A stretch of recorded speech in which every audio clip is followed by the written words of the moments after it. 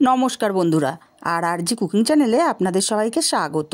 আজকে নিয়ে হাজির হয়ে গেলাম বেগুনের একটা দুর্দান্ত রেসিপি নিয়ে, যেটা গরম ভাত, রুটি, পরোটার সাথে অসাধারণ লাগে। তো চলুন শুরু করা যাক। আমি এখানে একটা বড় সাইজের বেগুন ভালো করে ধুয়ে 4 ফালি করে কেটে নিয়েছি, আর বোটাটা অল্প রেখেছি।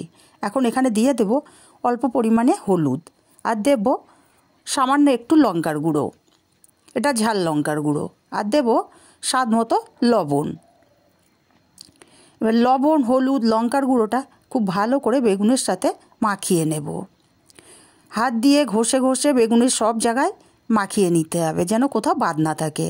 এইভাবে প্রত্যেকটা বেগুনের গায়ে আমি লবণ, হলুদ আর লঙ্কার গুঁড়োটা খুব ভালো করে মাখিয়ে 5 মিনিট এইভাবে রেখে দেব। এতে করে লবণ, হলুদ, লঙ্কাটা বেগুনের মধ্যে ভালো মতো ঢুকে যাবে। 5 মিনিট পর একটা কড়াই গরম করে দিয়ে দেব তেল।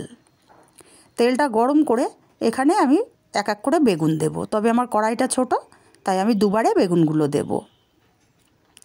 বেগুনগুলো দিয়ে ঢাকা দিয়ে দিয়ে লাল লাল করে ভেজে নিতে হবে, অবশ্যই ঢাকা দিতে হবে।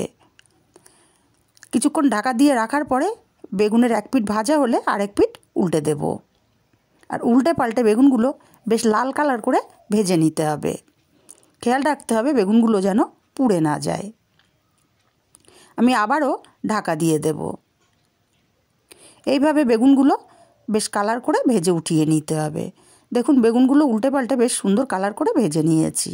এখন বেগুনগুলো উঠিয়ে নেব। এই বেগুনগুলো উঠিয়ে নিয়ে বাকি বেগুন দুটো আমি দিয়ে দেব। বাকি বেগুনগুলো দিয়ে ঢাকা দিয়ে দেব। বেগুনটা ভাজা হতে থাক, ততক্ষণে মশলা করে নেব। একটা মিক্সচার জারের মধ্যে দিয়ে দেব 2টো কাঁচা লঙ্কা, আর দেব 1 মুঠো পরিমাণে ফ্রেশ ধনেপাতা। বেশ কিছুটা জল দিয়ে মিহি করে পেস্ট আমাদের তৈরি করে নিতে হবে। ধনেপাতার পেস্টটা আমার একদম পুরোপুরি রেডি, এক সাইডে রেখে দেব। দিয়ে আর একটা মশলা রেডি করব। একটা বাটির মধ্যে দিয়ে দেব জল ঝরানো টক দই 2 চামচ, অবশ্যই জল ঝরিয়ে দিতে হবে। দিয়ে দেবো এখানে 1/2 চামচ হলুদ, 1/2 চামচ দেব ঝাল লঙ্কার গুঁড়ো, ঝালটা যে যার স্বাদ অনুযায়ী দেবেন।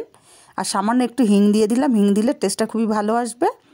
আর আপনাদের কাছে হিং না থাকলে আদা বাটা দিতে পারেন। 1/2 চামচ ধনে গুঁড়ো, 1/2 চামচ জিরে গুঁড়ো, 1/2 চামচ কাশ্মীরি লঙ্কার গুঁড়ো, আর সামান্য একটু দেব গরম মশলার গুঁড়ো। এবার সব কিছু দইয়ের সাথে খুব ভালো করে ফেটিয়ে নিতে হবে। মশলাটা খুব ভালো করে এখানে মিশিয়ে নিয়েছি বা ফেটিয়ে নিয়েছি। এখন এখানে দিয়ে দেব 1/2 চামচ চিনি, আর দেব অল্প পরিমাণে জল। দিয়ে মশলাটাকে আরও কিছুক্ষণ ফেটিয়ে নেব। এতে করে এইভাবে দই ব্যবহার করলে রান্নাতে দই কিন্তু তরকারিতে দিলে ফেটে যায় না। মশলাটা রেডি, এক সাইডে রেখে দেব। আর এদিকে বেগুনটাও কিন্তু আমার উল্টে পাল্টে সুন্দর কালার করে ভাজা হয়ে গেছে। এখন বেগুনগুলোকে উঠিয়ে নিতে হবে। বেগুনগুলো উঠিয়ে নিয়ে এই তেলেই আমি রান্নাটা করব।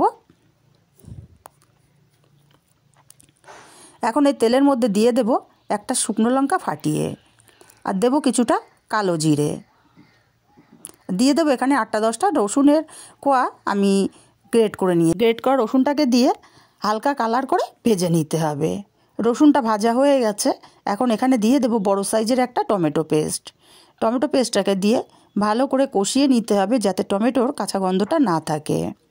টমেটো পেস্টটা কষাতে কষাতে তেল ছেড়ে দিয়েছে। এখন এখানে দইয়ের পেস্টটা দিয়ে দেব, আর বাটিটা ধুয়ে সামান্য জল এখানে দিয়ে দেব। দিয়ে মশলাটা খুব ভালো করে কষিয়ে নেব।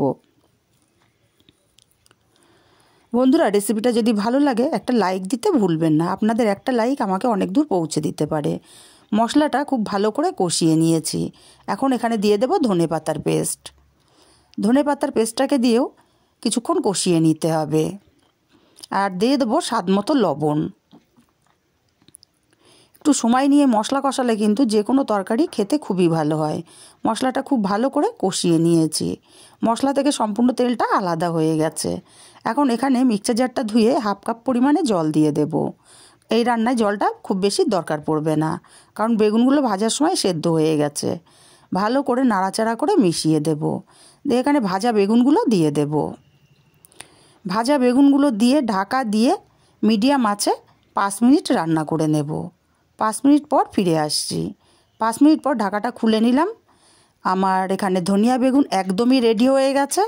একটু নাড়াচাড়া করে দেব হালকা হাতে, না হলে বেগুনগুলো ভেঙে যাবে। গ্যাসটাকে অফ করে দিয়েছি। এবার আমি আলাদা পাত্রে নামিয়ে নিয়েছি। রেসিপিটা কেমন লাগলো কমেন্ট করে জানাতে ভুলবেন না। ভালো লাগলে কাছের আত্মীয় স্বজন বন্ধুবান্ধবের কাছে শেয়ার করতে ভুলবেন না।